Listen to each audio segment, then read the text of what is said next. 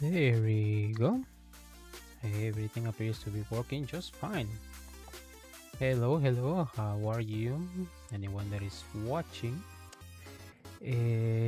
Today, honestly, because I stream technically where I am right now located, I stream basically on the very,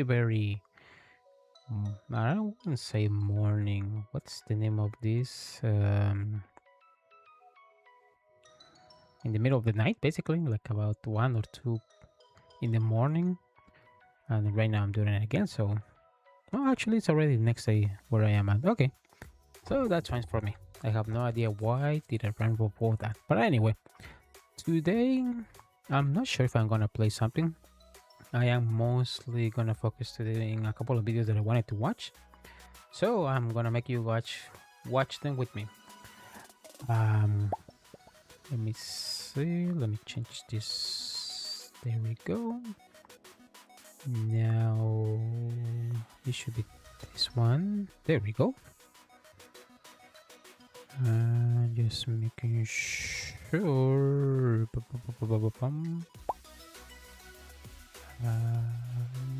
There we go. Okay, that looks just fine. Let me just check something here. Okay, that looks all right. Okay, there we go. So yeah, basically today is just relaxing time for the time being. Maybe I'm gonna complete all that I was playing before, but not sure for the time being. There we go, because today there's a new death battle. Whoa. Just give me one moment there. Okay, there we go.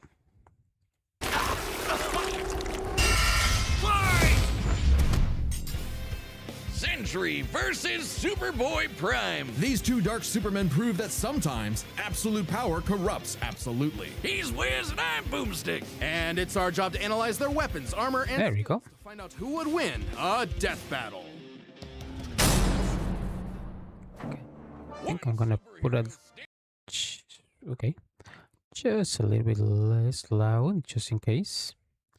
Stands alone at the peak of Marvel Comics. He's a brilliant scientist and There you go. to all, the Golden Guardian of Good, the Sentry. Which makes it all the more mysterious when all of humanity forgot about him, as though he never existed in the first place. What? Okay. The reason we forgot Sentry is that he wanted to be forgotten. Honestly, just like a heads up, I don't really are much in the comics scene. I try to get some information here and there from videos and shorts, but honestly, when it comes about all of the comics itself, it's kind of weird for me. I mostly just mangas, basically the same, but with a color. But I don't know, I like them more like that. Anyway, let's see this one. From himself. As the story goes, Robbie Reynolds was just your average, ordinary high school teen until the day he accidentally drank this super soldier serum. At that moment, Okay. Robbie was imbued with the power of 1,000,000 exploding suns. Anything from the past is basically super serum soldier stuff that everyone finds lying around anywhere, or they can make them anytime they want. It's kind of weird, but okay, fair enough. Becoming one of the strongest superheroes in existence. That's gonna Okay. be a hell of a bowel movement. And what better way to use his new powers than to become a sentry to all mankind? In a never-ending crusade against his devious Okay. nemesis, the Void. He's got all your classic, I can't believe he's not Kryptonian superpowers, like super strength, speed, durability, and flight. He can spot you from miles away, or even hear a butterfly sneeze from across the planet. You Okay. fly Sneeze! No! Well, Sentry's cells absorb and process the sun's rays, and if he wants to, he can fire that solar energy right back at you in a powerful laser, or bend light away to turn invisible, or use it to make force fields. Really, the Sentry can draw power from anywhere and everywhere. When he was forcibly shrunk down to subatomic size, he started pulling energy from the microverse instead. And despite being microscopic, his punches were strong enough to destroy planets, even while holding back. Sentry can teleport, communicate Okay, I know this has nothing to do with the video itself, but it's kind of weird that in every comic, and that's one of the things that I really like about the comics, it's that X guy made a serum or found some kind of power, but for some reason, anyone that uses that power becomes a god. That's kind of weird that anything or everything is like that from the comics from that age. It's weird because either they make like a super serum that they make them demigods, or I don't know, just mutants. That it was like the other side of the coin. That I like more the mutants because it's more, how can I say it like this? It's not just that you just become a god, but you get some good power, and you need to learn how to use them to greater extent. But when this guy just gets godlike powers from the start, from some scientist that has mostly no idea what the fuck they're doing, and just like that it works, is like kind of weird for me. But sure, I think that's like the main reason that I don't like the comics that way. But I don't know, it's kind of weird, but it's kind of fascinating how absurd all of this stuff goes, like microverse, multiverse, and all of that. It's fine. I don't find that that's bad, but it's just weird that one guy made it. It's not the super genius of the world, doesn't have any powers, and made a serum that makes you a god, and a lot more than just a god. So it's kind of weird, but okay, fair enough. telepathically and even read and mess with minds. He's also a genius with a super brain comparable to Tony Stark Okay. and Reed Richards. He's even built his You see, that's what I mean. Like magically, he gets all of that. Like no hard work. Yes, most likely he's gonna have to work a little bit hard for that. But let's be real. A hero that gets all of that powers within like 2 or 3 years of his powers, and I don't know. That's not how shit works. Or at least making a little bit more, like I don't know, 50 years, 20 years, 30 years, or something, like not just 2 or 3 years, and he's got like, come on, man. It's just weird, but okay, fair enough. own watchtower with an advanced AI that is constantly monitoring the planet for threats. Jesus Okay. Christ, he's like the Avengers all in one. Why do there even need to be any other superheroes? Indeed, the Sentry is more than strong enough to take on Marvel's heaviest hitters, like his Okay. famous battle with the Green Scar Hulk. Where Black Bolt, Iron Man, and Doctor Strange failed, the Sentry was the only one who stood against the Hulk's full power. He's also battled Thor, who collapsed an infinite number of timelines into one by clashing with another Thor. The Sentry Okay. is incredibly fast too. He can bend space and speed blitz Ares, who can move within Planck time, the smallest unit of time possible in our universe. He's stated to be as fast as the Yeah, this is the kind of weird stuff that I don't really like that much. That they go like to the extreme measurements. For example, like in anime, yes, they can almost basically bend time. Okay, that's kind of weird, but fine. But these ones, either they bend time, they go back in time, they change everything at the speed of light, and basically they move between universes faster than light. Like there's a point that there should be like a limit. That's why I don't think I like that much of the Flash nowadays when it comes to the series or stuff like that. That they make them just godlike beings. That there's no really point for them to do anything else. That they can just solve it like really quickly. So like there's nothing for me like to believe. Yes, you can make bigger and bigger monsters or creatures or anything, But I don't know. That just kind of defeats the point, I guess. I don't know. It's weird. The Heralds of Galactus, like the Silver Surfer, who once outraced the multiverse blowing up. The Surfer flew so Okay. fast he went back in time. So you'd think Sentry would be able to handle some punk in a trench coat. But it wasn't so simple. The Void was everywhere that the Sentry wasn't. If Sentry saved Okay. people from a burning building, Void would crash an airplane. If Sentry healed a person's broken back, Void would give someone else cancer. What an asshole! For every good act the Sentry performs, the Void commits an evil one. Because the truth was, the Sentry and the Void were one and the same. Bum bum plot twist. Okay. Sentry's whole origin story was a lie. Robbie Reynolds wasn't a 60s high schooler beating up bullies like some Jack Kirby comic. In reality, Bob Reynolds was a schizophrenic meth addict who drank the Sentry serum just to get high.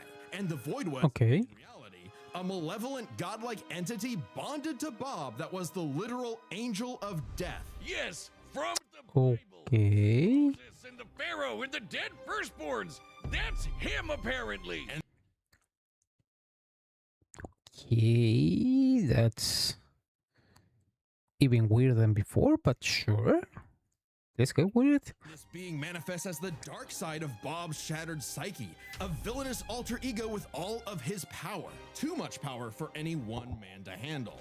The only way to destroy the Void was to also destroy the Sentry. So Bob did something crazy. With help from Reed's tech, he used his own psychic powers to erase himself from everyone's past, present, and future, including his own. Warping the perception of reality of every single person on the planet. They would no longer Okay. remember him or even recognize anything remotely related to him.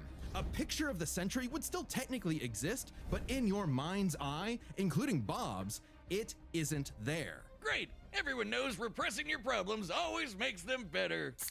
But Bob's memories Okay. eventually clawed their way back, in part thanks to Norman Osborn, the Green Goblin, and his desire to somehow control the Void. So Norman had the Thunderbolts murder Bob's wife Lindy in order to release Okay. the Angel of Death. Yeah, try controlling the kind of guy who can throw hands with Molecule Man, who somehow is one of the strongest beings in all of Marvel. At his peak, he's got almost Okay. complete control over the multiverse. So yeah, good luck with that one, Norm. Molecule Man And honestly, this is also the same reason that I only like watching videos about like Marvel and DC Comics, because things get too absurd to the point that it's just funny just to look at them like this, that you learn a lot of the information about the character without any of the context, but it's still kind of hilarious. So I don't know, it's weird, but I like it like that. was another mentally unstable god whose power fluctuates based on their self-confidence. Okay. In a way, a sort of kindred spirit to Bob. It was then that Bob discovered the true source of his own powers, his own control over molecules. Yeah, you can do that too. The Sentry can create and destroy Okay, fair enough. on a whim, able to rip you apart at the molecular level, or conjure an entire new reality from scratch, all with just a wave of his hand, like Dr. Manhattan. He can also regenerate his body from any kind of damage, like being burnt to a skeleton or getting Dr. Manhattan himself. As long as one single Okay. solitary atom remains, the Sentry is unkillable. And Void's got all of this and more, except he doesn't hold back. He can shapeshift, create hurricanes, trap you in darkness, possess your body, and devour your soul. With his infinitendrils, the Void takes control of a victim's mind and tortures them with the memories of past traumas and nightmares. He killed Loki. He wrecked Okay. the Good to know. The Fantastic Four. Not to piss him off. And the X-Men teaming up all at once could barely handle him. Void is one of the biggest bads in Marvel. Great fucking job, Norm. I'm something of a moron myself. The only way forward, the only way for Bob to save everyone, including himself, was to do something he never imagined. Let the Void in. By refusing to repress his darker half anymore, Sentry and Void merged and became stronger than the sum of their parts. One being now free to finally live his life without the crushing weight of self-hatred and fear. Maybe, but this is the Void we're talking about. What if Bob just has a new puppet master who's only letting him think he's in control? As long as the Void exists, it's just another revolution in that same endless cycle. It remains to be seen whether even death itself can break that wheel. He'll be back. Sentry is gone, but not forgotten. He'll never be forgotten again. Okay. That was weird, but oddly satisfying. Now let's go for the next one. Man can fly. Yeah, Wiz, but in the pages of DC Comics, everyone and their irradiated six-dimensional gorilla mother can do it. What about in the real world? Not Earth 1 or Earth 2, but our own Earth. Earth Prime. The Earth of you, me, and Clark Kent. A totally normal boy from New England who just happened to share a name with that comic book character. Mere coincidence. That is, until the day Clark took a leap of faith and believed he could fly. And he did. Okay. Surprise, Clark was actually from the planet Krypton, which apparently exists in our universe now. Anyway, the real Superman. Okay, that's just weird. Time to give him the skinny on being Superboy. Wait, he could have chosen me. I believe I can fly. Boosie, don't jump off the... Ugh. Clark had all your classic Kryptonian powers. Flight, heat vision, microscopic and telescopic sight, Arctic breath. It was the dream that every little boy had finally come true. Oh, ow. Just in time for his universe, our universe, to be annihilated literally 1 month later in DC Comics Armageddon, the Crisis on Infinite Earths. Wiz, we're canonically dead since 1986, apparently. With everyone Okay. Clark took shelter in a pocket dimension with other cosmic refugees. Now an anachronism in DC's new, rebooted, post-crisis continuity, Clark was forced to watch as the comics landscape changed before his eyes. As stories became darker and morally complex, as heroes failed to be the paragons of good he saw them as in his childhood. As someone else got to be Superboy. Okay. Some people can't stand change, can't stand to see a world that doesn't look the way it did when they were a child. The day needed to be saved by Superboy, the real Superboy, Superboy Prime. So he did what any Superboy would do, punch really hard. He punched his way out of the dimension so hard, the shockwaves rippled through the universe and retconned DC Comics. Superboy was back, and he was gonna fix comic books Okay. forever. Hell yeah! No matter how many fake heroes got in his way. Oh shit! Super Chud Prime isn't just your ordinary Kryptonian. Oh no, he's pre-crisis. As in, from before the Crisis on Infinite Earths, a time when comics were a bit more comical. When Superman could sneeze solar systems apart or tow a galaxy of planets behind him like Yep. it was nothing. Or clash with another Kryptonian so hard, they generated enough power to restore an infinite number of timelines. Get ready to hear that word a lot. My You see what I mean? Like, it just gets a little bit too goofy for my taste. But it's still fun to know.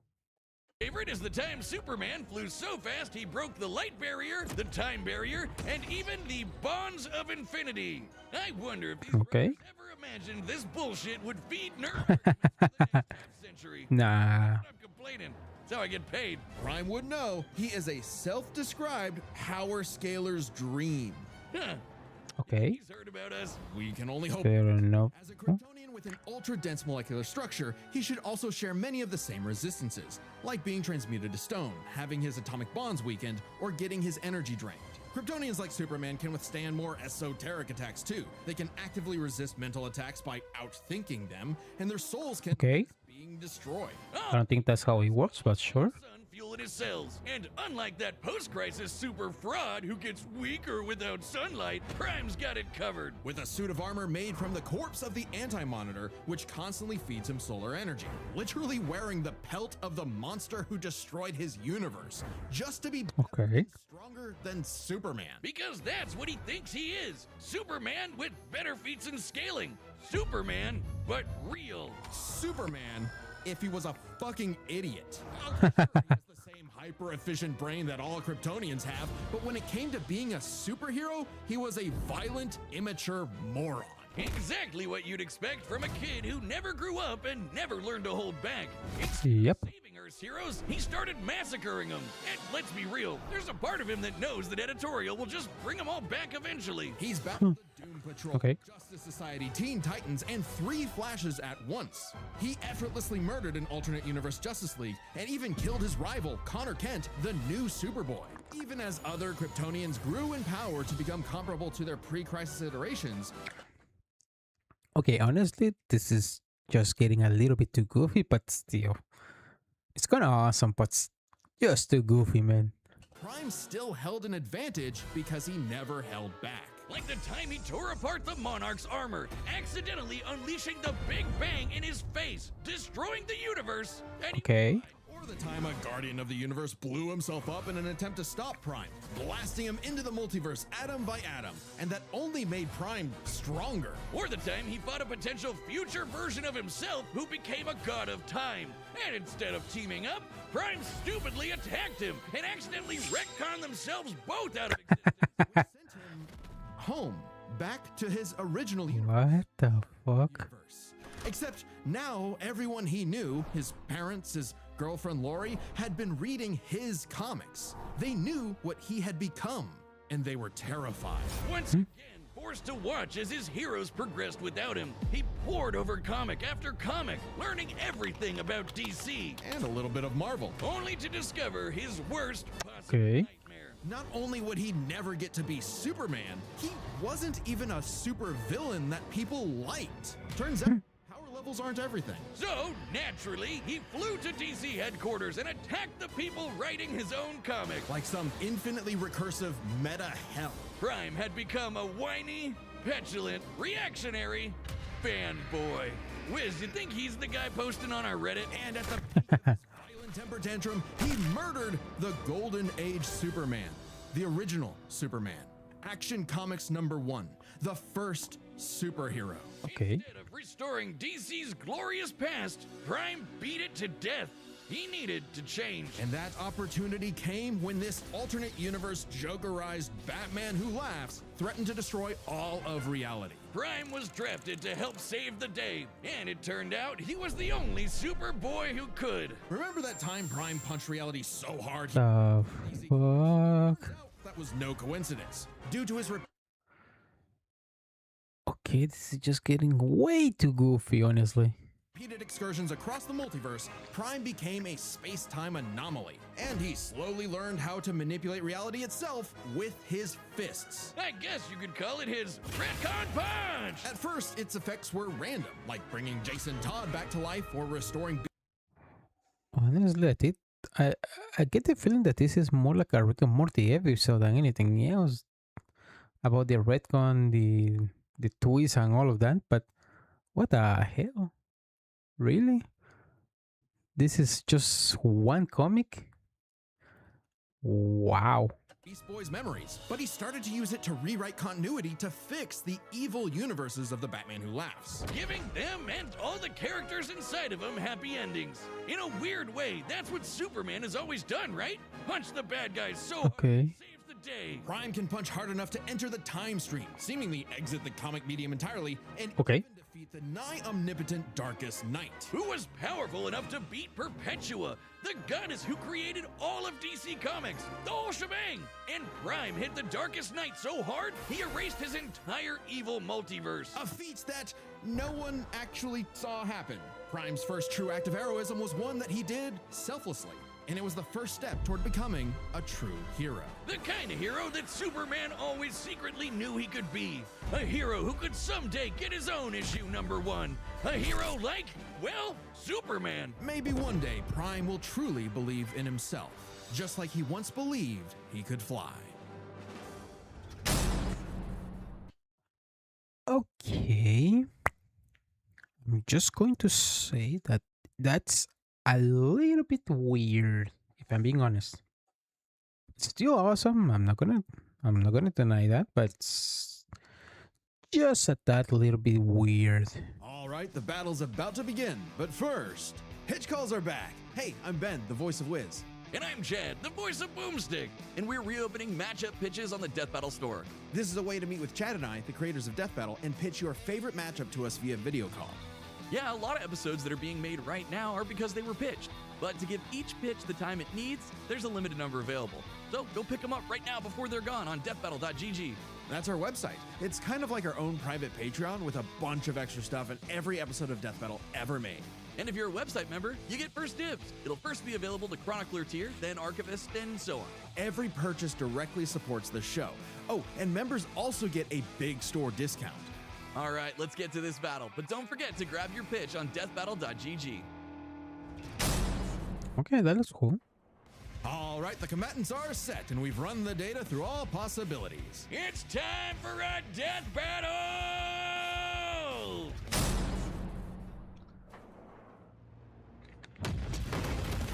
This city won't last much longer. Quit while you're behind, kid. And mess up a superhero crossover? No way, dork. Okay, let's see who can win the situation, because basically both of them are more than gods.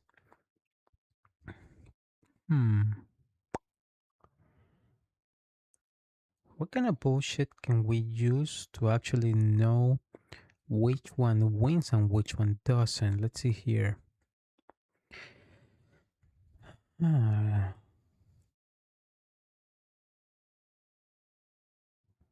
No, I don't really think none of them. The only idea is this Superboy, that we have an idea about his power level, that he's more than the god that created their universe.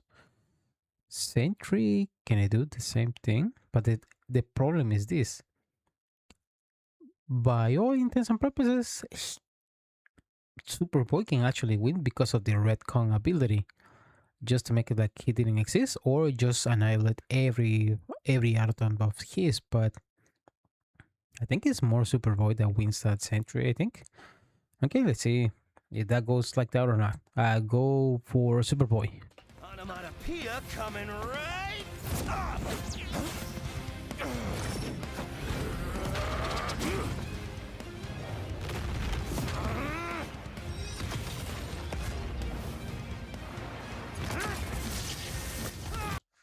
Now that I think about it, actually Sentry has more control of his power than the Superboy, but I'm still gonna go for Superboy just in case. You're dealing with someone who has the power of 1,000,000 exploding suns! Big mistake, dipwad. It's prime time. It's what?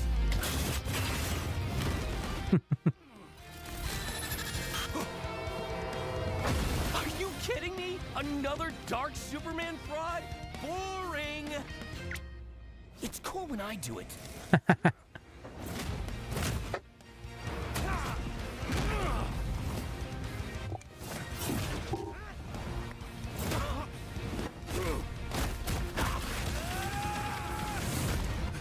Please, stop hitting me. He'll kill you. I'll kill you. To death.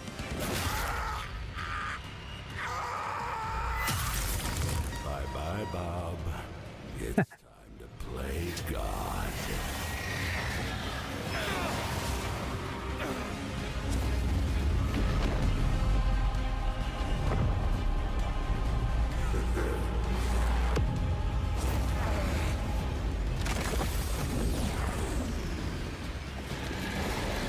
Okay, you weren't joking. Definitely a crisis level threat. Okay. So am I. Run all you want! If Bob couldn't escape me. What hope do you have, boy? Afraid of the Dark Clark? What kind of a hero are you? Remind me again, whatever happened to Lori?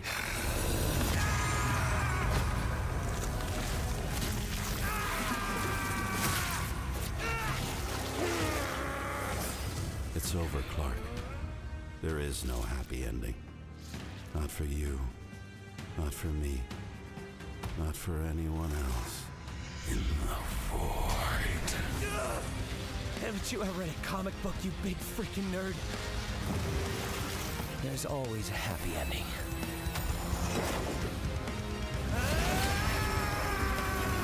Okay, that kind of felt like Wonder though.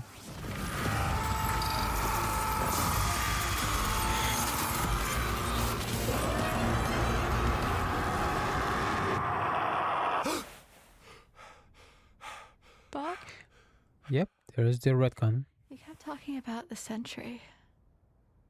Bad dream? No idea, Lindy. Best sleep I've had in years. Yep, Averted.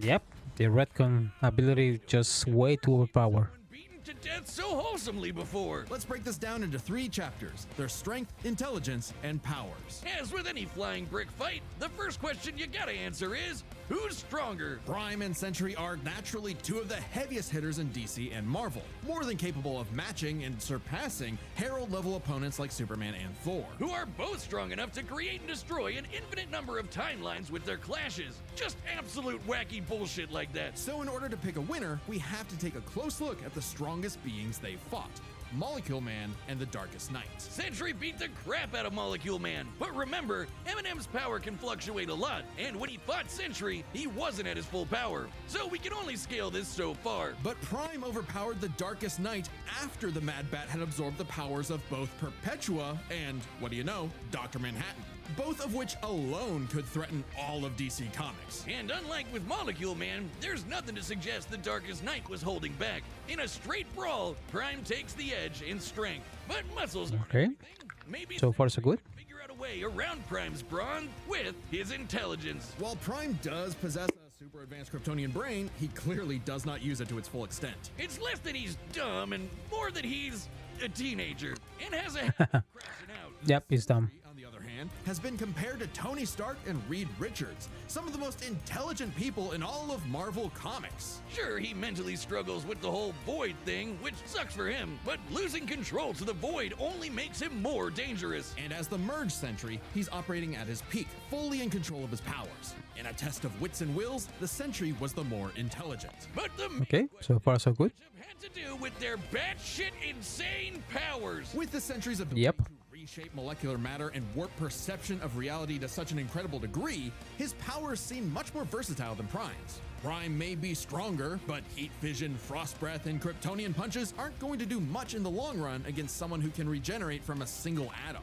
But pre-crisis Kryptonians have actually resisted having their molecules torn apart before, and Prime should be no different. So it's not like Sentry was ever going to just Doc Manhattan him away. Prime could still be worn down. Kryptonians have incredible stamina, but we know that sustained damage will eventually knock them out or kill them. Unless Prime could find a way around Sentry's insane regeneration, he was toast. Luckily for Prime, his ability to retcon away your history and mess with your whole timeline was actually Yep. something Sentry had no specific resistance to. Not only that, it was something he's been affected by in the past. Like the time the Scarlet Witch rewrote all of reality during House of M. Bob's continuity was rewritten like everyone else's. Or the time Okay. Absorbing Man had the powers of a cosmic cube and warped Sentry's personal reality. Shit, Moonstone literally describes it as a reality punch. Now, Sentry's psionic power could theoretically retcon himself from Prime's perception of reality. However, this feat required assistance from Reed Richards, and it's unlikely he could pull it off mid-fight. Pre-crisis Kryptonians also resist a lot of mind manipulation anyway, so good luck trying. Now, Prime hasn't always had the most perfect control over his retcon punch, so he might need more than one blow to finish the job. But Prime was more than capable of powering through Void's scariest abilities. Like having his soul eaten or being cut off from sunlight.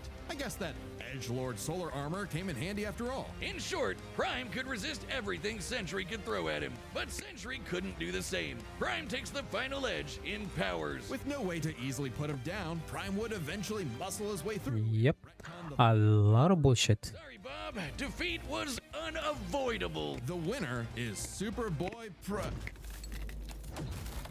Oh, hey, my pizza's here. The winner is Superboy Prime. Letter to the editors. Oh yeah, I win. That's right. You hack frauds really tried to lowball me, but I checked the clock and it's prime time, baby. Personally, that intelligence section was such a gimme. I don't crash out. I'm a tragic hero grappling with real, intense emotion. I can be smart anytime I want. But anyway, don't subscribe, don't join as a member, don't watch Death Battle, read my comics. Prime. Next time on Okay. Death Battle. Another Deadpool. Okay.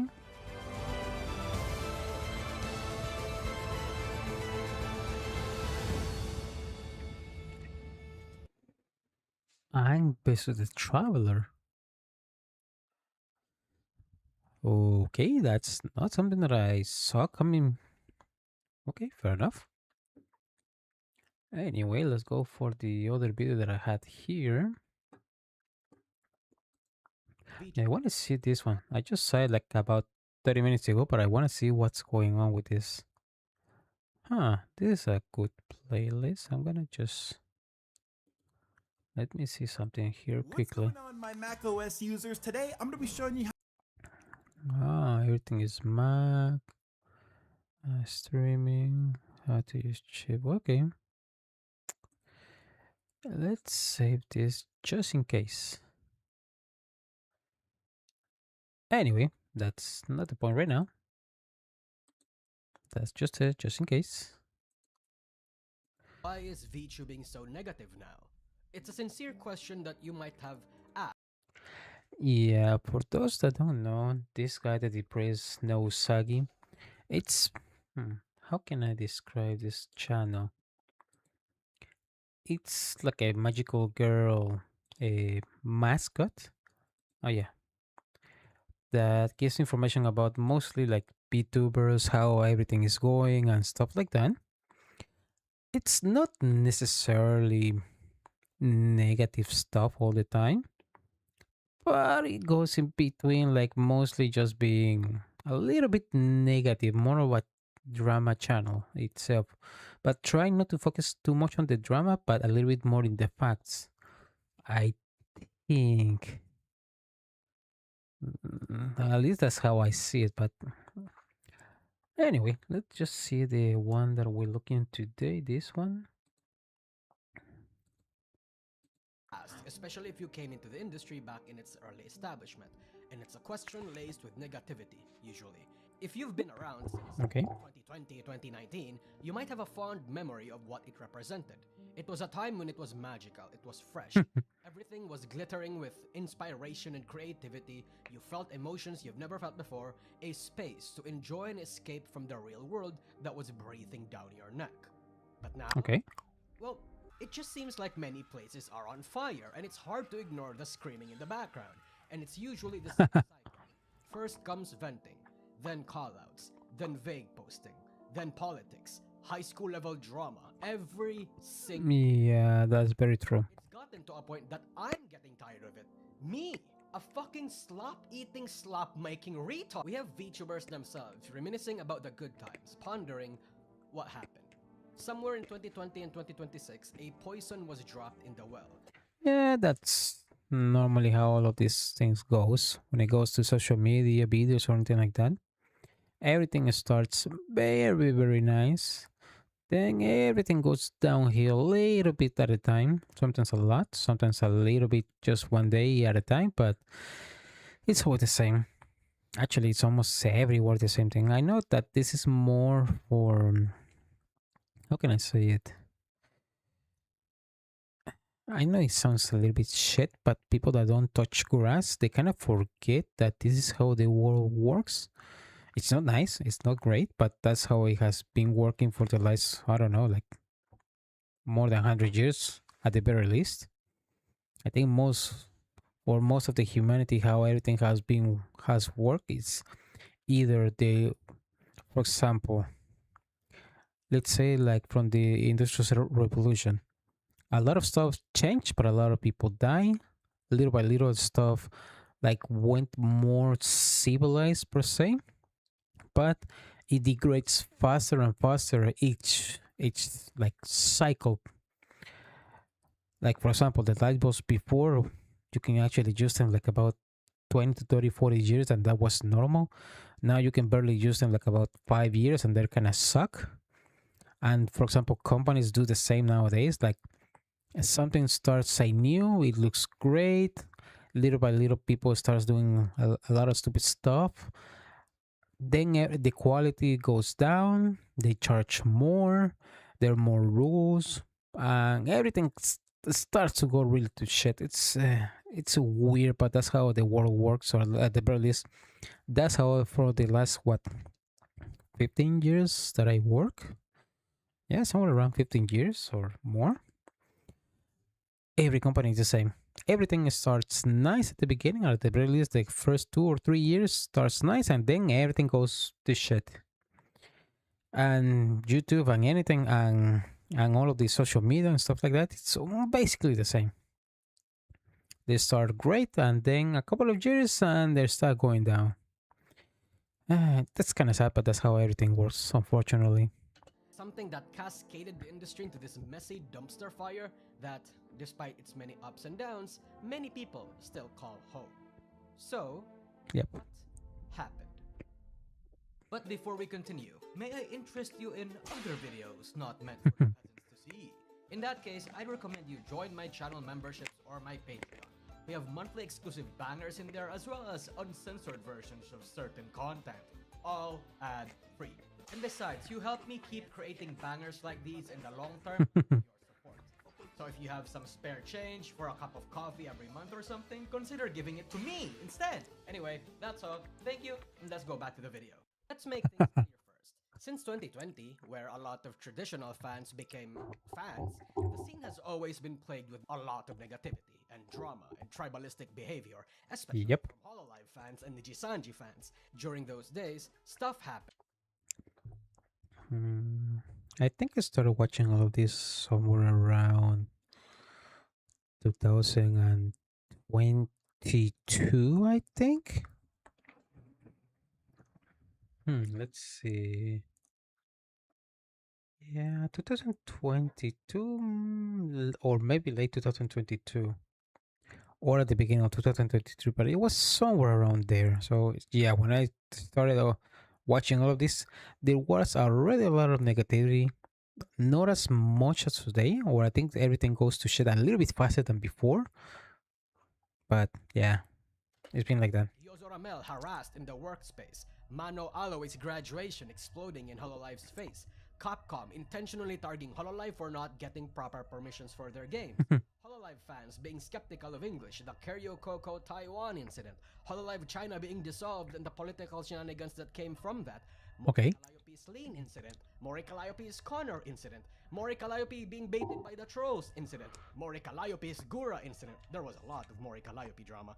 Heck, even Okay. outside Hololive, we had the voice replacement incident of Kizuna Ai, the King Yuzaka Meru versus Yuzuki Rua civil war, Project Okay. Melody's VTuber model getting copyright struck by the modeler. I could name a lot more, but most of the drama I'm gonna wager you haven't really heard of, especially the smaller ones. Or you might Yeah, all of that I don't really know. Maybe a couple of them, but most of them didn't really know any of those. might even think that it wasn't that big of a deal. But even despite all this negativity, there was a massive upside. People chose not to focus on the drama too much and the negativity, including myself. Because VTubing was so magical, it incited a lot of very deep and positive emotions. It Yep. inspired so much creativity and will that the fact that there were a lot of drama was almost brushed under the rug. In this once small bubble, the positivity overpowered the negativity, even while that negativity was happening during its peak. But as the magic of VTubing slowly disappeared, as the freshness faded and the industry expanded, that positive energy also went away. The honeymoon period being over left Yep. fans roiling in the negativity that remains. But a few people might not see it that way, especially the newcomers. I hear a lot of opinions about why VTubing became the way that it is, whether or not they prefer it. VTubers focused so much on the streamer aspect rather than the character part. I interpreted this as a lot of newcomers focusing too much on the business rather than the fun, becoming overall a well-oiled machine rather than an entertainer. And on the other end of the spectrum, we have tweets like this from Jocat saying that VTubing is becoming better because everyone is slowly shedding the idol culture part. Kinda proud of VTubers slowly but surely breaking down the idol culture roots of VTubing. showing your face, being open about having a partner, keeping a social in check, parasocialness in check. I think it's healthy overall. Yeah. The medium. So which is it? Is VTubing becoming worse or getting better?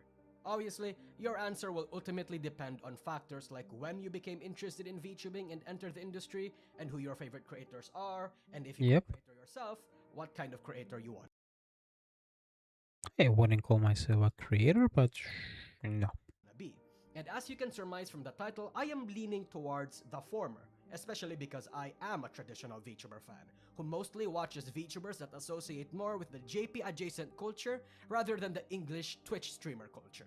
And from my Okay. thinking, I have created a model that encapsulates Yeah, that's fair enough because at least from my point of view, yes, it has been going to shit, but it's mostly, or I don't know, I think that's how I decided because I think it's mostly the company's the problem because when it comes to regular B2B, like I would say more independent or in quotes independent, I think they're overall better. But when they get into drama, that's when everything goes to shit really, really quickly, and you don't have no one has your back for that. So yes, it's kind of weird. I wouldn't say it's the worst because I think people tend to forget that all of this shit happens anywhere and everywhere where there's jobs, people want to feed their family, stuff like that.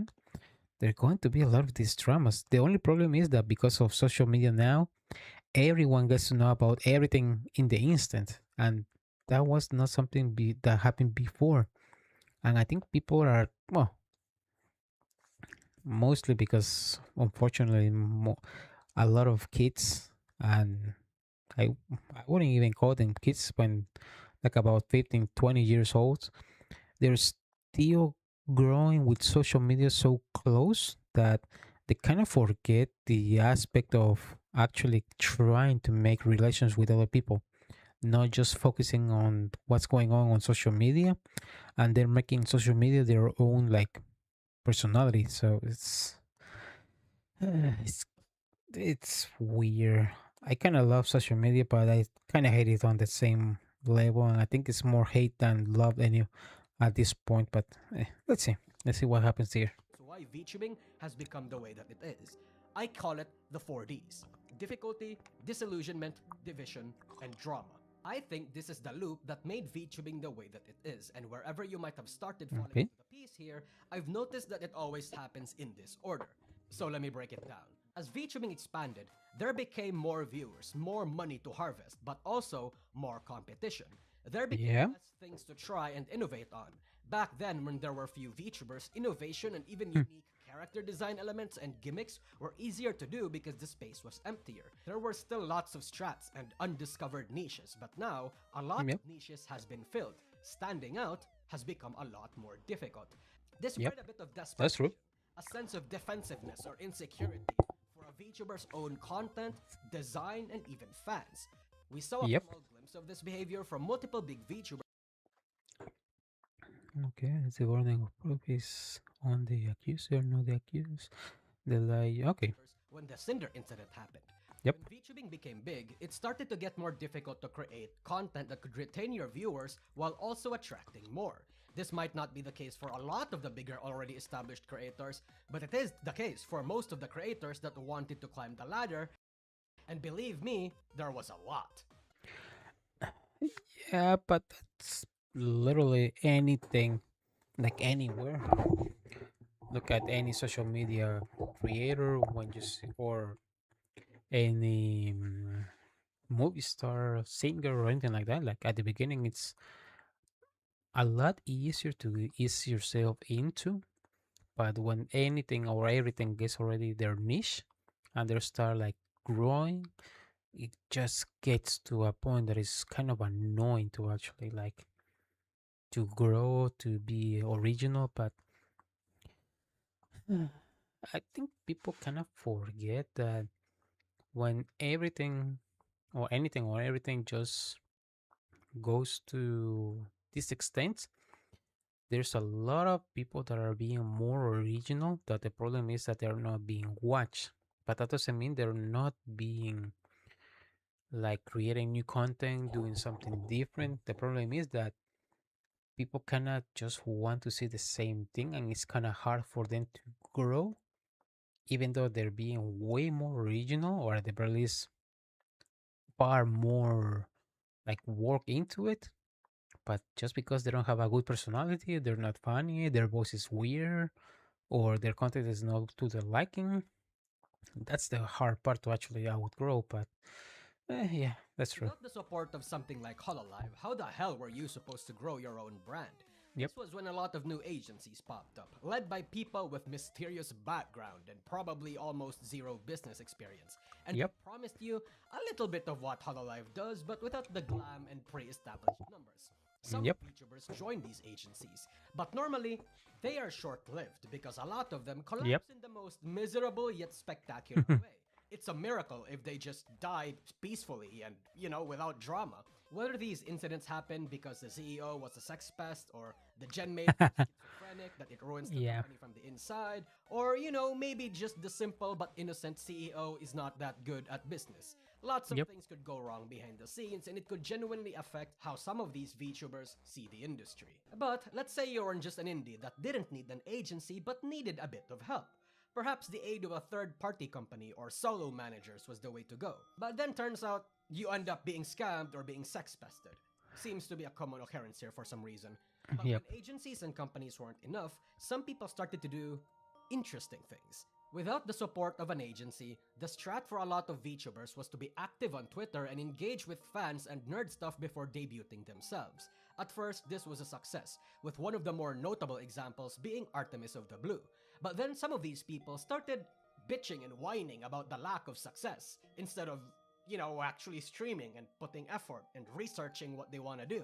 These permanent debut TBA creators would be called V-tweeters. And I mention them because a lot of the negativity and drama that happens in the industry is on Twitter and is caused by V-tweeters and tweets in general, regardless enough. if they were V-tweeters or not. But some of them actually started grinding, and some would even implement a few less than ethical tactics. At first, it was relatively subtle, like copying design elements, sometimes intentionally to leech off of Yep. one of the popular ones, sometimes unintentionally. Not to leech, but because they found it to be a cool design gimmick or because they looked up to the VTuber, or sometimes two different minds just come up with the same design or gimmick at the same time. But then it started to escalate. People started aggressively collabing with other VTubers, not to foster friendships but to borrow their platform or Yep. organize their own network, having their fingers on a bit Checks of out. everyone's pie.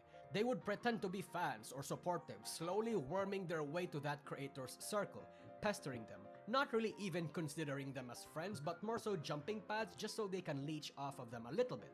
An entire discussion even appeared on Twitter about this, on whether or not collabing should purely be a business decision or something you should be able to do with just your friends. There's nothing necessarily wrong with that, but it does speak to the intentions of many VTubers and how they appear on stream. Because Yep. to a fan, how do we tell who are real friends versus who are just collabing to social climb and rub shoulders with bigger content creators? It got to a point that even big creators started I don't know if I'm just old school, but what's up with the B2B space being so open about being leeches and only looking at other streamers as connections and literally stepping stools for growth? Back in the day, all you will got have gotten shunned for that behavior. Yeah, that's how everything is at the beginning. Because it's as he was saying, it's the honeymoon phase. And when that kind of works out, the real claws start to show. complaining about how used they feel when they became victims of this. But VTuber wannabes weren't the only parasites, there were also Twitch e-girls. Even e-girls and Twitch streamers were using the VTuber tag on Twitch at one point to capitalize off of the rising trend, which gave way for a lot of these e-girls to try their hand on the medium, without really even understanding, appreciating, or participating in the culture. But if that wasn't Yep. enough, they'd repost memes, copy-paste and recycle engagement bait strats. And look, I respect it. I like reading through some of these trends and engagement baits myself, but some of them can get a little too weird for comfort. It could be vague posting about something, it could be a rage bait, it could be sympathy bait, or even virtue signaling. Sometimes they'd even join trends that are usually a guaranteed attention magnet like art raffles or more notoriously, VTuber versus IRL, who started off innocent Okay. enough and still in line with the medium, but then they started to integrate actual flesh posting. And the moment this happened, it became a bit of a slippery slope. Because then a lot of indie VTubers started to not just stop on the VTuber versus IRL trend, but started to integrate their bodies and faces as part of their regular content.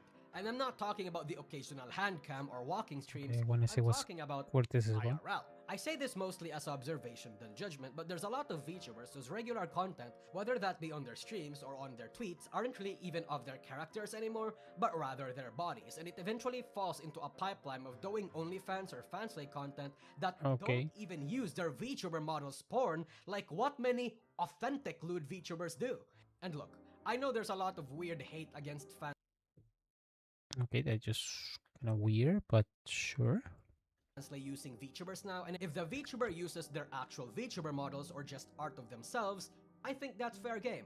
The occasional flesh posting to me is okay, especially cosplay related ones, even if it's not safe for work, especially if you've been upfront about your content, and especially if Fair that enough. is the natural pipeline for your career, like if you were a porn VA, for example, or a VR chat streamer. But I think if your regular Okay. content and your NSFW is just your IRL, especially with your face attached and you market yourself as a VTuber, I would be inclined to think that in large part you're not really a VTuber. Of course, there are exceptions, especially when you're categorized as a live streamer who happens to have a VTuber model like Onigiri and Keisan, but it's hard not to think that way.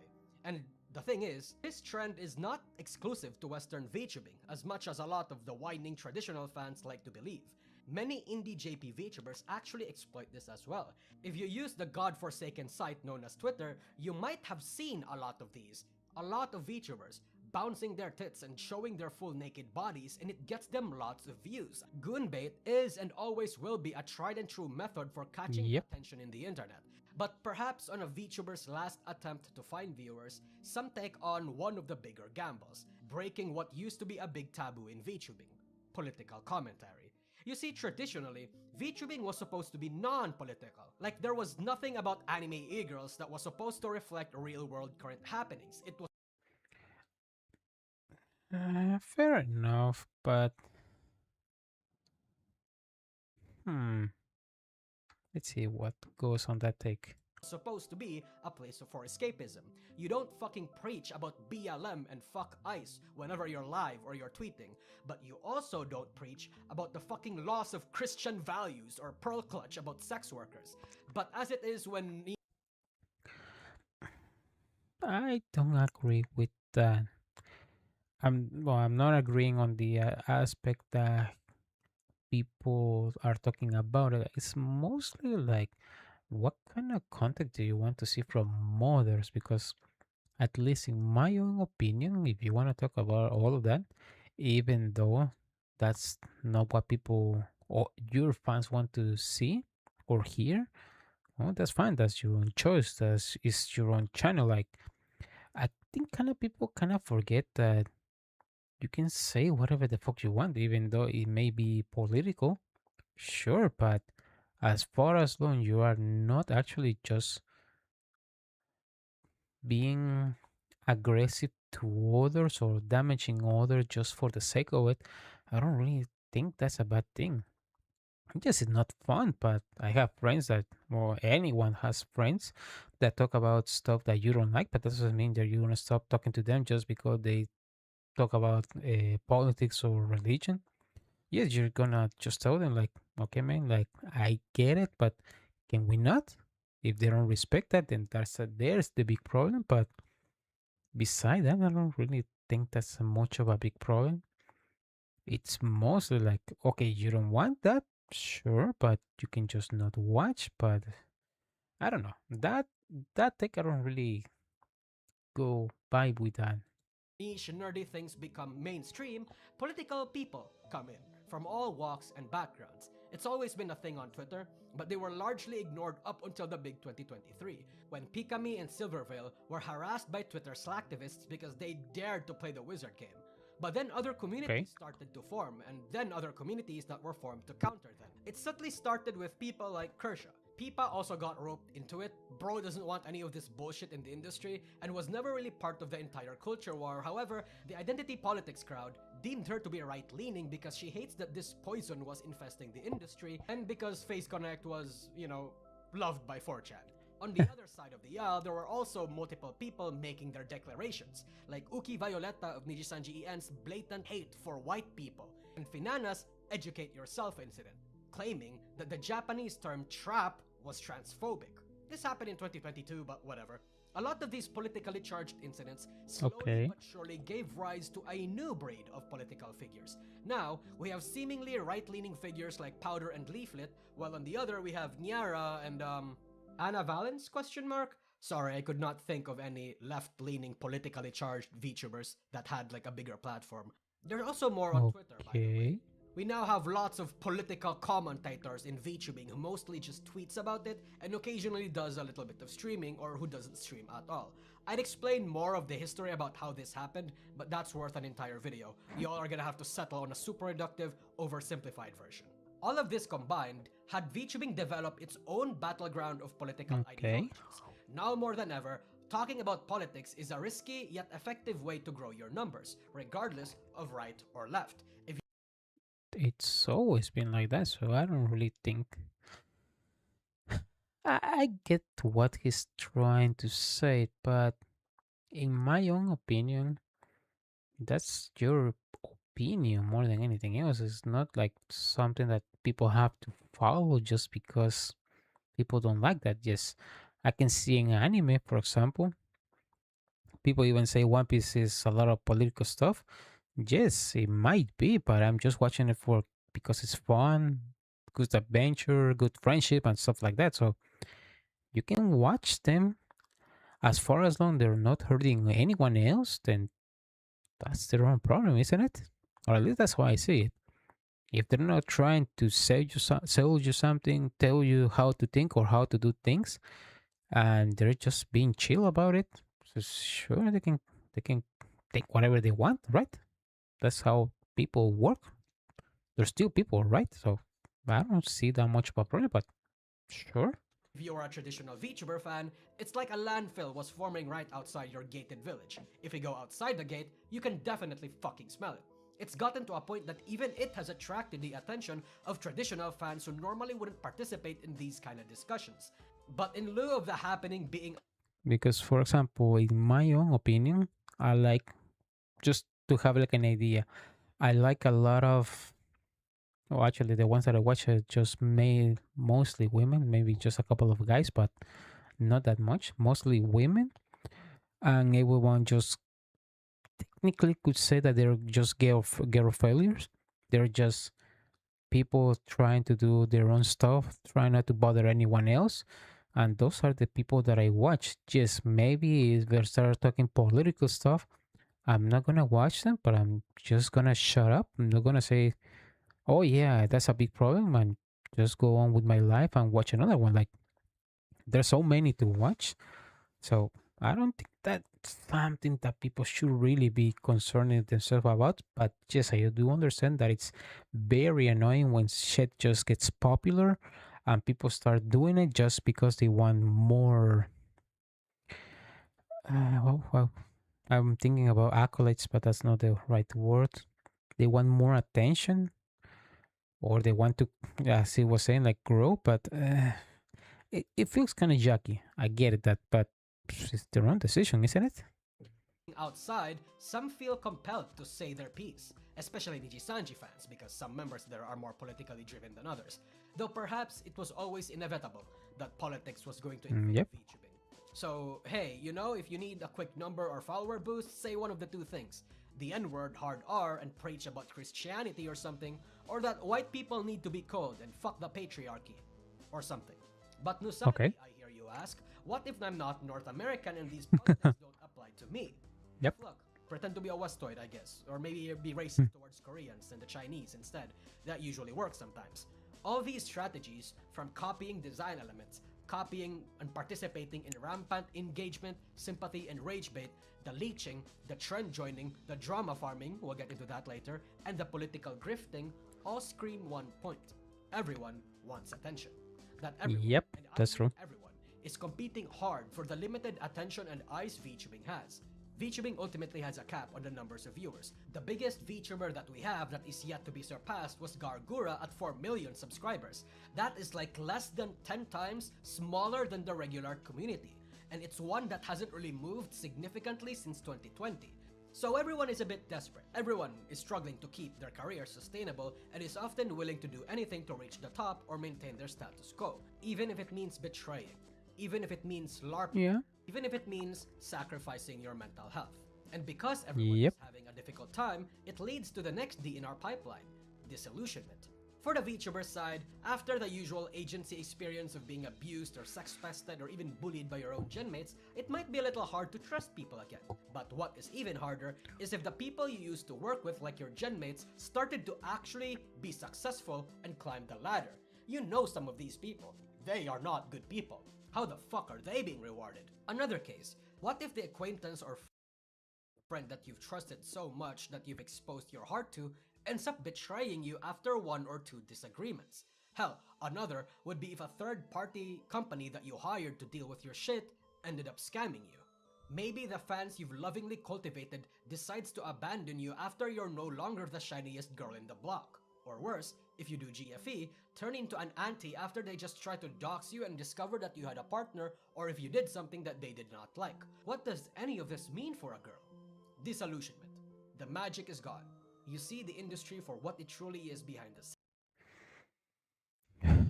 Okay, this part it's how can I say this without sounding like an asshole, even though I'm gonna sound like an asshole. Get over it. Get over it. The problem is this. I get what he's saying, but the reality is that's literally how the goddamn fucking world works. Like it has been working all the time. I get that you're an introvert, you don't like this kind of stuff. I get that, but the reality that the world has always worked like that. Like, yes, new things are great. People will betray you. You will tell someone a secret, for example. You can see in any company nowadays. That's why I hate not talking to people, but I hate talking to people that are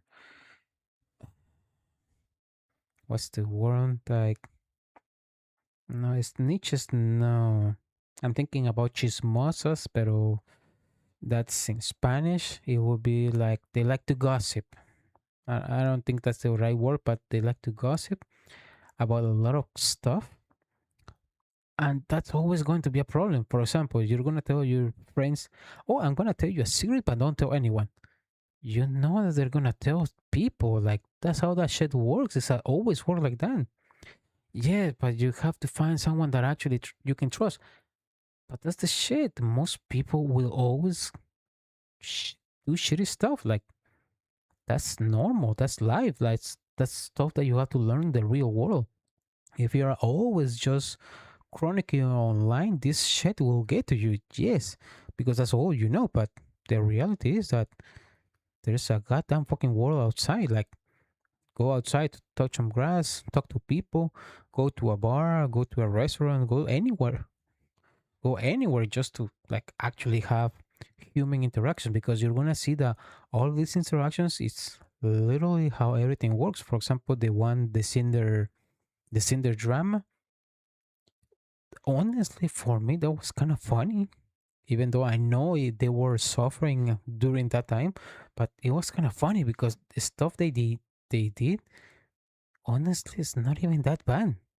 Yes, they're bitches. They're trying to do stuff that it's hurtful for people.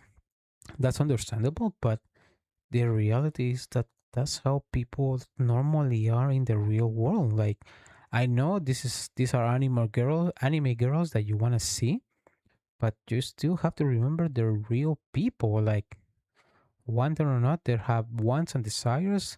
There's stuff that they want to do and stuff that they don't want to do, but that's how the real world works. Like, it's always been like that.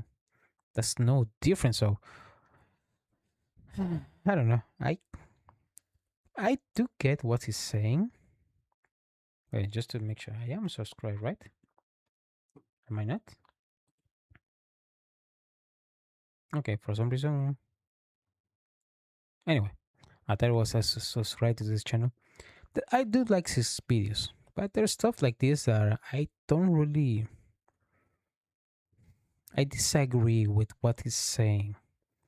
Not because he's not saying the right things, but I think it's hard to actually tell people what exactly you want to do, how you want to do it. So it's hard. So I'm not gonna tell him like this is a bad video, but yes, there's stuff that I think people get too hung up on because they're not mature people. They're trying to live a life that it's mostly in their heads. Yes, they want to make it real, but like any business, like anything ever, if you want to grow, it's gonna be hard. There are always going to be people that are assholes. They want to use it like a stepping stones, and that's how life is. Like that's not gonna change today or tomorrow. Yes, in this space, it's kind of weird when that happens with a little anime girl or anime boy or fanboy or whatever. It's gonna hurt, but that's how life is. Like you you get over it, you move on, you cry, you're sad, you tell people, and you move on. Like that's how normally works. So I think it's kind of messy on this topic. Scenes. Different cabals scheming, conniving, and backstabbing their way to the top. A bunch of immature, high school minded, and emotionally, intellectually stunted people who would dump an expose on your ass for a mistake that could have been talked out in private. A Yep. bunch of predatory and exploitative individuals trying to siphon as much money and clout as they can from anyone they can snake out of. This medium that used to inspire so much creative spark in you has begun to develop a negative association, a feeling that looms so heavy it makes you want to give up on this industry. And that is a very, very sad thing. And if you are a fan or an audience member, it's a bit simpler. The collapse of multiple agencies you might have been a fan of, the exposés and many mistakes of the creators you've loved, the vague posting, the frequent drama that they get themselves embroiled in or started, the side comments, the questionable decisions, all piled on top of each other, it plants a seed of doubt in your head. And that seed eventually grows. You just stop liking people. You just stop trusting VTubers, stop trusting VTuber agencies. That once source of boundless joyful energy from your favorite streamer group could get spoiled by one bad Google Talkie. Suddenly, you question if your Oshis are the people you thought they were. You notice how fake a lot of things seem. It is reminiscent of celebrity culture before the internet was a thing. People love. Honestly, this is kind of weird.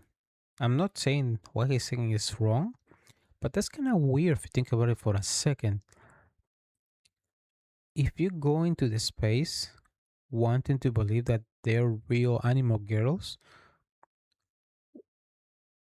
why would that change when you know that they're not as cheerful as they seem? Like you're going with the idea that, how can I say this? You're going with the idea that you want escapism in your life, and that's fine. But when you start thinking like, oh, maybe they're not that cheerful, it's like, but does it really matter? Like in your mind, you're trying to make a character, not a person. So when they're just acting like how they're acting, I don't think I'm making my point here. What I'm trying to get at is, for example, if you're watching a movie, what was it? Was the Big Bang Theory Rush and Neil Tyson or the guy that likes space, and he was saying like, yes, I forgot that Rush in real life doesn't really give the flying fox about astrology. He went there one day. He was invited to the show, like to do like a beat, and he started to talk about to Rush, the person, the guy that is playing the character of Rush, stuff about the space and the thing that the character is supposed to represent, and he didn't give to Flying Fox. And then he kind of forgot that, yeah, oh yeah, he's not supposed to like it. Like, if he likes it, that's great, but he's just a normal person doing his job. and doing so well that actually people that study that stuff actually forget that he doesn't really care about that. He's just playing a character. And that's my point here. Like, if you know, for example, Shiley, Cinder, and all of the bigger independent VTubers, you know they're playing a character. Why the fuck do you care that they're a bitch? Like in real life, like that's not what you're looking for. Like, why should you care? If you know that you are there just for the character, just focus on that. If you want to see like, oh yeah, they're not like that in real life. They're playing a goddamn character. Like, why would you care if they're not playing the character all the time? Like, if they're being a bitch, sure, but either way, you're still gonna watch their content because that's the thing that you were trying to look for, right? Like, just to escape the real life. And now that you know that they're people, you kind of get mad. Like, you do realize that they were people from the beginning. They're not just anime girls on screen, right? Like, and if they do shit that you don't like, then that's fine. You just look another one. I don't know. I'm trying to get here. It's kind of weird, but I kind of get distracted on that. Maybe someday I'm gonna be able to speak that clearly, but not today. Loved actors. People really only hated certain celebrities for superficial reasons like, Justin Bieber gay or his music bad. But when the internet became a thing, they started yapping, and the more they opened their mouth, they revealed how dumb, malicious, or profoundly unlikable they are. In but Yep. half a generation, their carefully crafted PR and identities got broken down online because they cannot shut the fuck up. Such a thing is Yep. happening in VTubing. Even VTubers that used to be uncritiquable now have critics because of the things they do or say, and sometimes it's even because of things they don't do or say. Figures like Bao, Amalie, Ironmouse, Shiley, and even fucking Iago.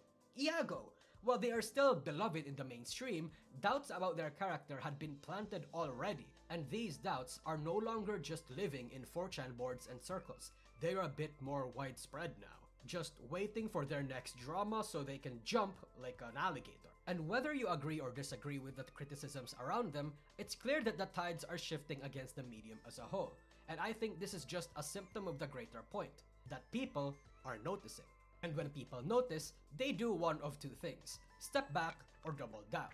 Those that aren't Yep. unemployed or do actually touch grass prefer to step back. But because these are VTuber fans that are dedicated and parasocial to their favorites, and because these are VTubers that need their platforms to be alive, most industry members opt to actually double down. Thus, the next D happens: division. Every VTuber wants to grow, no matter fucking what. Everyone wants the industry to improve and expand, but everyone sees how to do it differently. Old school traditional VTubers and fans prefer to keep it as it is when they joined, character driven, dismissive of drama, a space truly and purely for weebs and losers, light-hearted. Usually, these are your Hololive and small agency fans, and VTuber fans who's been around since 2020 or 2021. Anyone that's adjacent to the JP side of the industry, really. But newer fans want to see it change. Bereft of idol culture, no parasocialism, able to show your faces, sanitized. These people came from the Twitch and Western streamer culture. So these two types of fans see certain acts or cultural aspects differently. For a few examples, traditional fans hate the trend hopping and engagement bait and the VTuber versus IRL because it's not something that VTubers of their era would do. It muddies how a VTuber could be counted and what a VTuber even means. Whereas newer fans absolutely enjoy it or don't mind. Newer fans hate a lot of the JP-sourced cultures of VTubing such as lolly, idol culture, and even the character bits, whereas traditional fans are absolutely okay with these and even love parts of it. Traditional fans wants to keep real-world affairs and politics out of their anime girls and values professionalism and orderliness, whereas newer fans tend to value the lawlessness and wants to have current affairs follow them into their brand a lot of the time. This is Yeah, a that kind very of checks out. specific brand of politics, and you might even notice that it has a very interesting reflection onto actual real-world politics. My perspective is that old fans were taken in by VTubing's very niche appeal. VTubing had its set culture, similar to any community. Its target demographic were originally people like me. weebs, nerds, and losers. But when VTubing got popular, many opportunistic e-girls as well as predatory businessmen saw a golden opportunity. And when the large influx of these people came, they chose to dismiss many of its cultural aspects and turned it into an aesthetic choice, or a brand new buzzword that they can pitch to investors or something. Some of the new people coming in aren't really even weebs. They're tourists that just saw what looks to be the cool new fresh hip thing, or just wanted to have the feeling of identifying with something. I always mourn the death of a culture that were made by nerds and losers, because when said cultures became mainstream, a lot of what makes it soulful gets removed for something more normal. The current development of VTubing is just one of the mainstream's many victims, in my opinion. Hmm. But at the same time, it's not like I liked all. My question is this: is he focusing only on the not the independent VTubers, but the corporate VTubers? Because that's what it sounds like. Because all of the idol culture was from the corporate VTubers, as far as I know. I don't really know my history when it comes to VTubers, but as far as I know, the idol culture was from the corporate VTubers that no one wants nowadays because they're the way to reach it. They're just treating the people like, well, not like giving people like toys or commodities. So is that the part that you don't like, or what exactly? Because all that you're saying, the traditional VTubers is, at least in my opinion, mostly corporate stuff that you're mentioning. At least that's what it sounds to me. Parts of the traditional culture too. For example, while I don't mind GFE or parasocial relationships and even think it gets overly demonized, I also think that it's weird some traditional fans hate it when their Oshis talk to the opposite sex like a Holostar or Nijisanji member. That some people engage too deeply with it or have deluded themselves into thinking that these VTubers, these girls, are actually single. The tribalistic parts of idol culture is something I don't like. I don't like how certain bad situations are often downplayed because they don't like the negative air of drama, and they perpetuate this forced air of sanitation. And in relation to that, I don't like how hugboxy it feels most of the time. Some of these people actually worship the multi-million-dollar agency and treat these adult women like they're toddlers. Criticism, even I'm sorry, but are you telling me that I shouldn't treat the adult woman that is literally acting like a toddler? Because that's the character they're portraying us? Okay. constructive is not welcome. At the same time, something that I agree with the newer fans is self-expression. Being able to talk about problems in the Yep. industry is a good thing. Being able to do more with the concept of piloting a virtual character is Yep. to a certain extent. For example, I think LudeTubing is fine, but even saying that is going to give me fierce pushback from traditional fans, and at the same time, it isn't enough to count me in as welcome in the newer fans' tribe. But why I am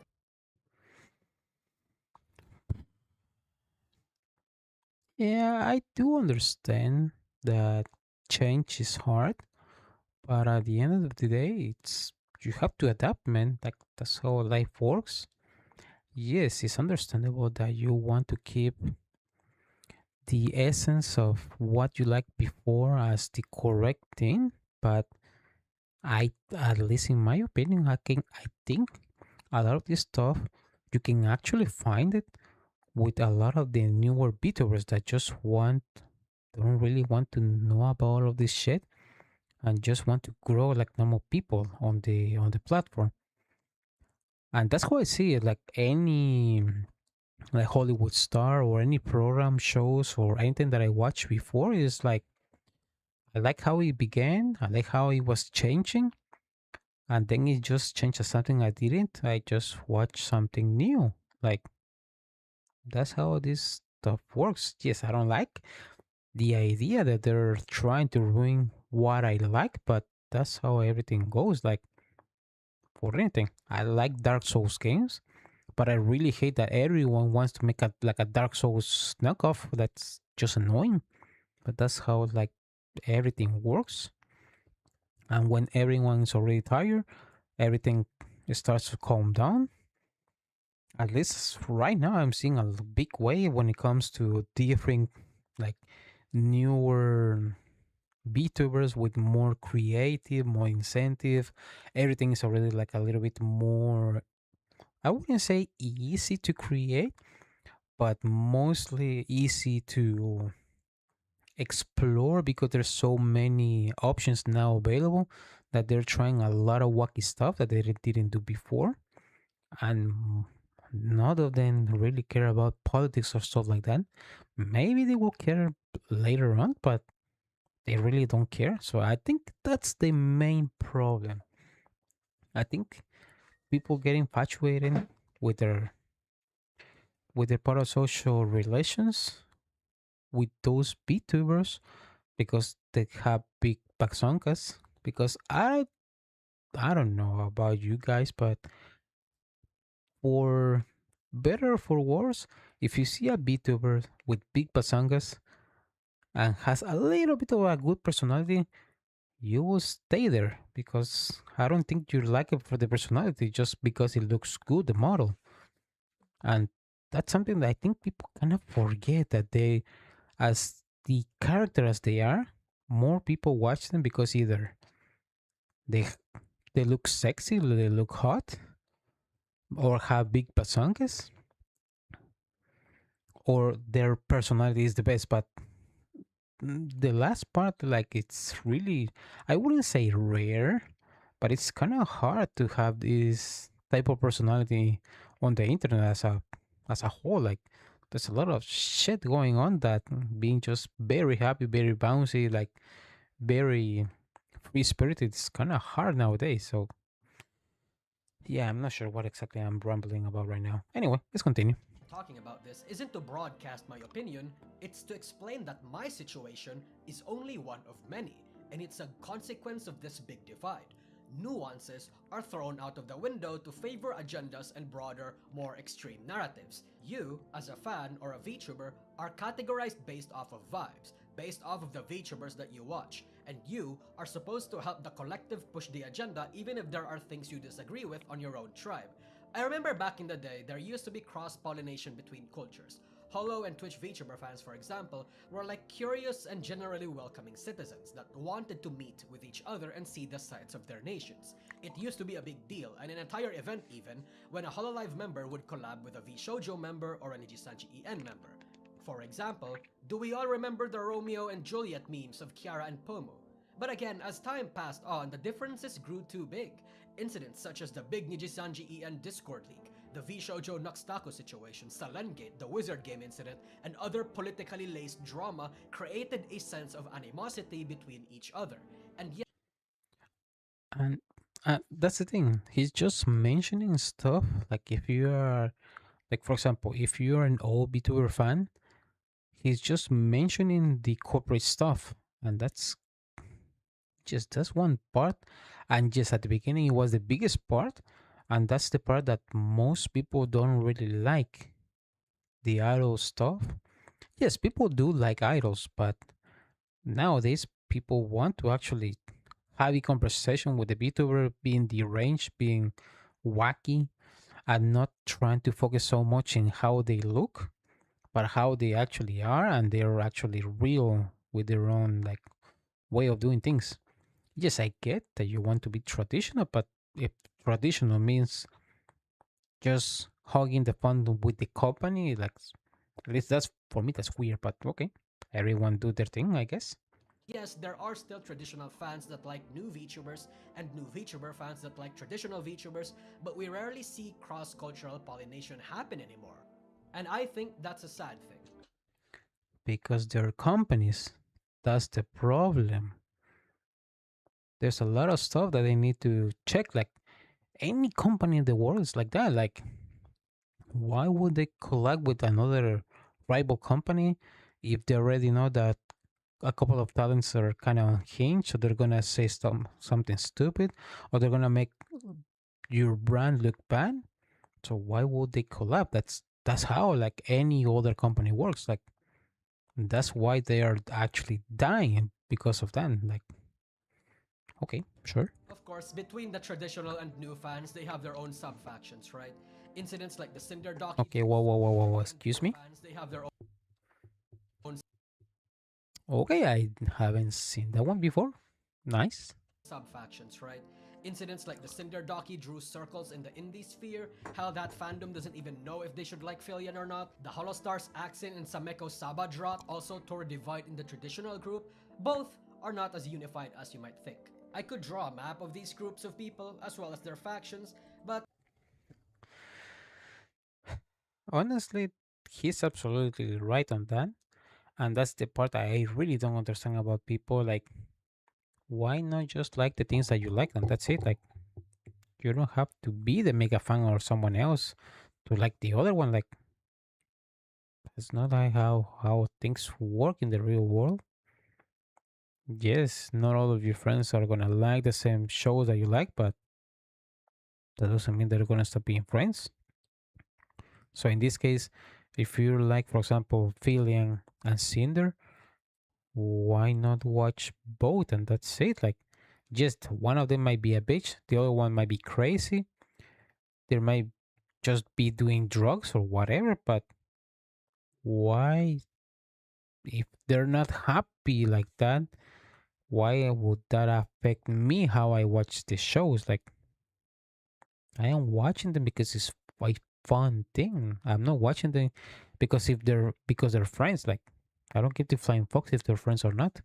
I am watching, if for example, if I'm watching Cinder, I'm just watching, I don't know what she does, but let's say that she does games and she does it fun, then I'm gonna watch it. If feeling does 3D and does it fun, I'm gonna watch that. Like, for example, that's what I normally do with the streamers that I follow. Like, most of them, I like it more when they're just like just chatting, just talking to the fans or people and just doing stupid shit, or where they're mega collabs.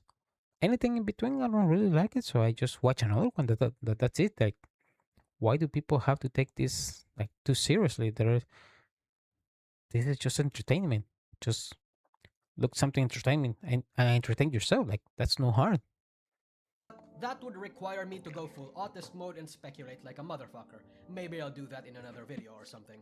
As a whole, these frequent clashes, these attempts to gain popularity, the disillusioned people who see the industry for what it is, culminate in the last D: drama. Aside from political grifting, engagement baiting, copycatting, virtue signaling, aesthetic stealing, and goonerism, there is also drama farming. Now obviously, I'm part of this problem. I've been making videos about VTubing since late 2021, and I originally didn't start covering drama a lot. I was broadly focused towards commentary and recalling events, but during the big 2024, Okay. I pivoted somewhat. And now I stream at least once a week talking about the drama that happens in the industry, and I upload highlights and clips onto my second channel.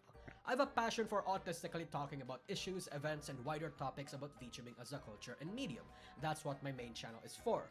But me doing drama was a natural step in the pipeline. And the thing is, it's successful. In fact, it is so fucking successful that sometimes even my highlights channel actually beats my main channel in terms of monthly viewership. But the Okay. thing is, I'm not the only one that did this, especially in 2024 and 2025. In fact, Yeah, there's so many drama channels. I really don't like that.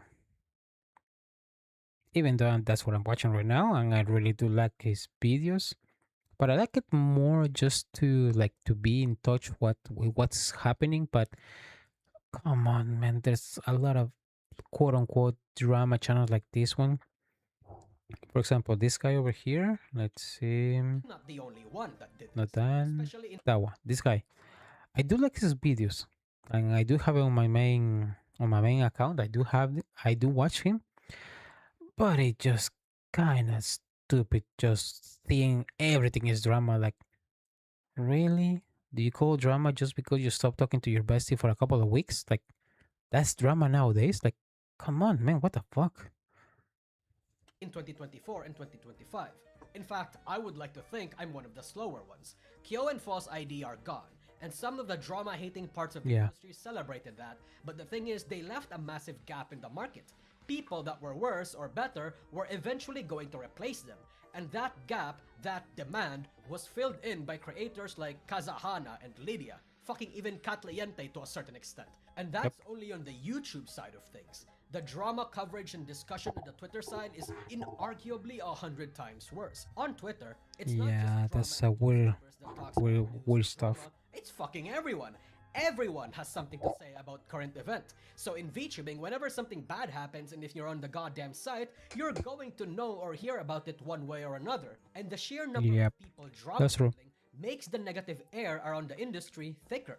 So much so that 1 week without major drama is actually a godsend. VTuber fans can actually breathe for a bit, and I actually get to watch some streams. Blocking people like me isn't really even enough to stop drama from appearing in your timeline at this point. Again, you will hear about drama one way or another.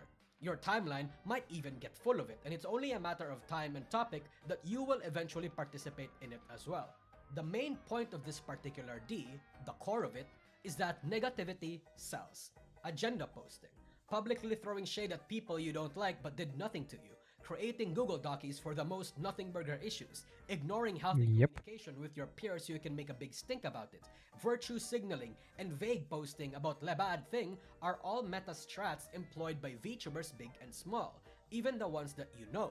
Whether you want to admit it or not, a lot of VTubers start drama or exactly know what they're doing by saying or doing something inflammatory, whether for attention or for their own unspoken agenda. All of this compounds. Because people are having a difficult time gaining attention, there's going to be drama. Because people are disillusioned, there's going to be drama. Because people are divided, there is going to be drama. When the industry is filled and dominated by high school-minded people, this becomes a toxic and deliberate self-sustaining cycle. I think these are the main reasons why VTubing has become so negative.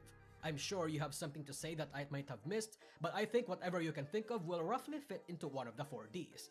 Again, admittingly, I am part of this cycle, but I guarantee you 99% of the creators and fans in this space are all part of the cycle too. Many of the VTubers you like might have also politically grifted or currently is, might have also done bad engagement bait or sympathy or rage baits up till now, might have virtue signaled and still do, might have grandstanded and still do, might have started or peddled drama and still do. We just need to be a bit honest with ourselves. Everyone has sort of a hand in setting precedents that made the industry a tiny bit worse. Worse in this case is subjective, but the discussion of it still breeds that same air of conflict, of negativity. And I think that's why we can't go back to the way it used to be. We were just so optimistic and captured by the magical nature of VTubing, now we don't have that figurative anesthesia anymore. However, even if that's the case, there is still a way to engage in VTubing that might preserve a little bit of that magic if it's still on your person. And it's to uninstall Twitter. No, seriously, just, uninstall Twitter. 99% of the drama comes from Twitter, okay? Or heck, a less effective yet sort of valid way is to block people. You don't want to hear about drama? Block it. You don't like certain VTubers? Block them and their fans. Yeah.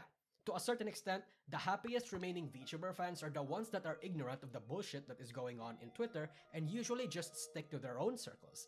Clip watchers who only watch the occasional VTuber clips or don't give too much of a fuck to delve deep into threads. Casuals who engage with a little bit of everyone. Stream watchers that focus their energy entirely on the VTuber and their group streams and only engage with the viewers and community instead of everything else. That's me. Pick me. Pick me. The way that I've noticed the happier parts of the industry do is just to ignore everything else. No engaging with it, just ignoring it. Try doing that in 2026. Focusing all your energy into having fun instead of anything else was unironically the source of positivity in 2020. You can do the same now, but the problem is that you won't engage with the drama, and that's the problem. Don't engage with goddamn drama. That's not gonna get you anywhere. Or at the very least, nothing happening is gonna happen from that. But sure, you do you. The rest of the world was negative, especially with the pandemic, but VTubers allowed an outlet to be able to have fun by ignoring the world for a bit. In a sense, just do the same thing that we've all done before, albeit more deliberate this time. Despite the flawed nature of VTubing and its people, I still call it my home. There's a reason I keep coming back to it even after my 10th graduation / hiatus. It's a fucked up place, but there's life here. It's still beautiful. There are still sights to behold, people to meet, subcultures and communities to explore, and 2D girls to simp for obviously. So despite the absolute state of VTubing, I'm gonna stick around. And you know, I hope some of the people watching this video still do too.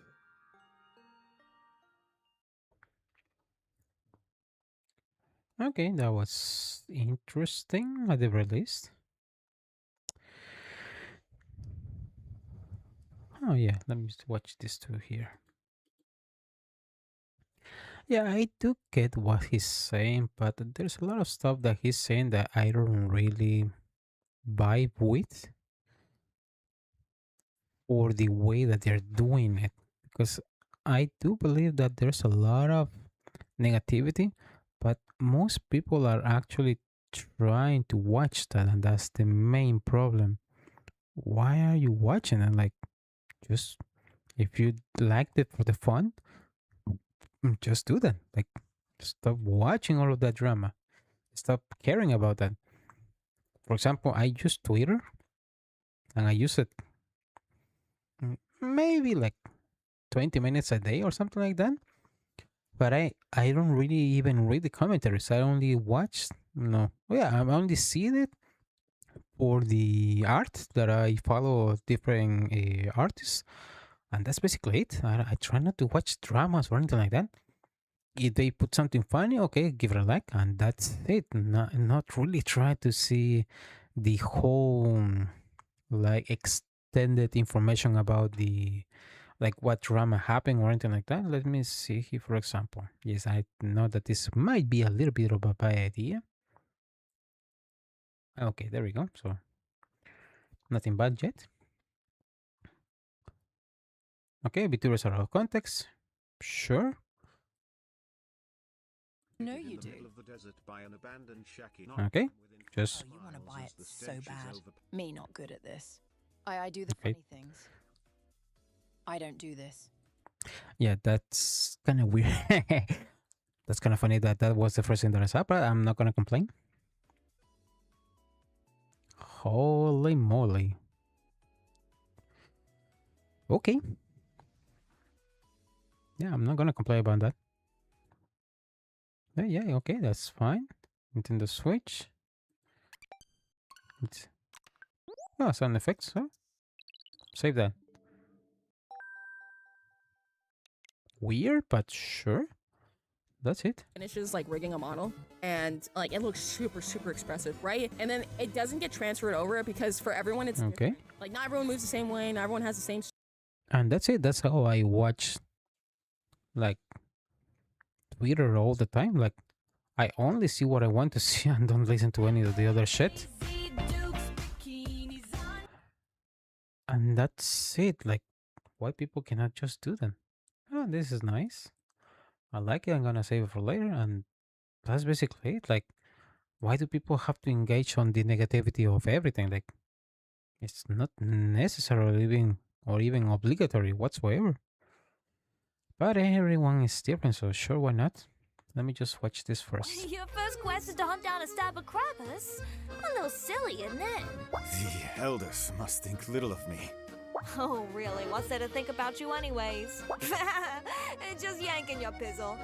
We'll be eating good this supper, yeah? I'll whip you up a little boil. Whoa, mate, you look terrible. The crab's got a few licks on you, huh? Oh, what have they been eating? They shouldn't be doing this much to you. Spawns of pure evil. All of them. I will kill them all. I shouldn't be doing this, but come by the cabin. I'll clean your wounds. It'll be oh yeah, base binky. after you fought my old man. Oh, look at you, standing tall with your crown seal. Can't help but be proud of you, mate. There's a whole new word for you out there. Don't forget me when you're in the big leagues, eh? I'll always cheer for you. Come with me, Jane. Let's get out of here. Together. Oh, sweet dog. I'm just a lowborn hunter. You'd be better off joining a knightly order.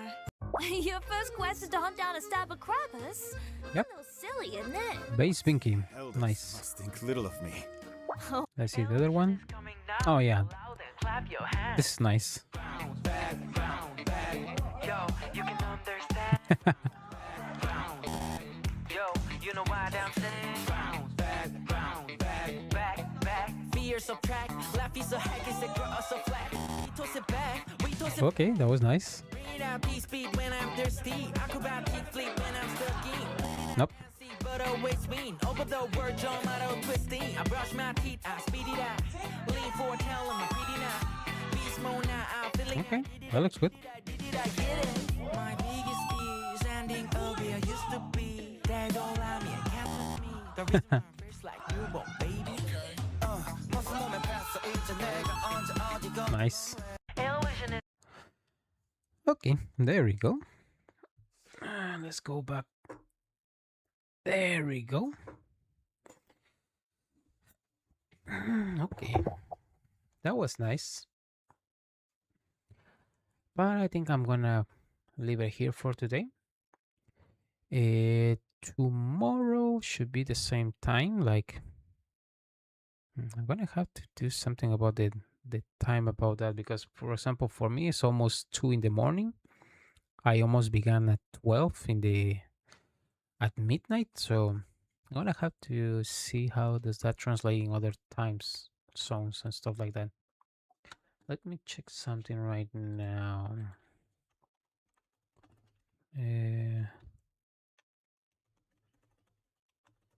Let me see. It's supposed to be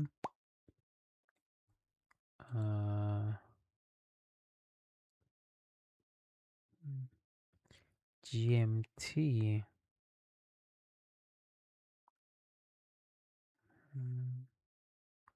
Western European summertime. Okay, so what exactly am I in? It's supposed to be just west, but yeah, Western European summertime. Huh. Okay, sure. Anyway, I have no idea how to search that later, but I'm gonna have to find out. Anyway, so yeah, that was today. That was today's stream. I hope you liked it. And tomorrow we should be at the same time, so run around about like 12 Portugal time. Yeah, I'm gonna have to find different time zone that I can use that can sound a little bit better. Anyway, so yeah, that's it for today. Thanks for watching.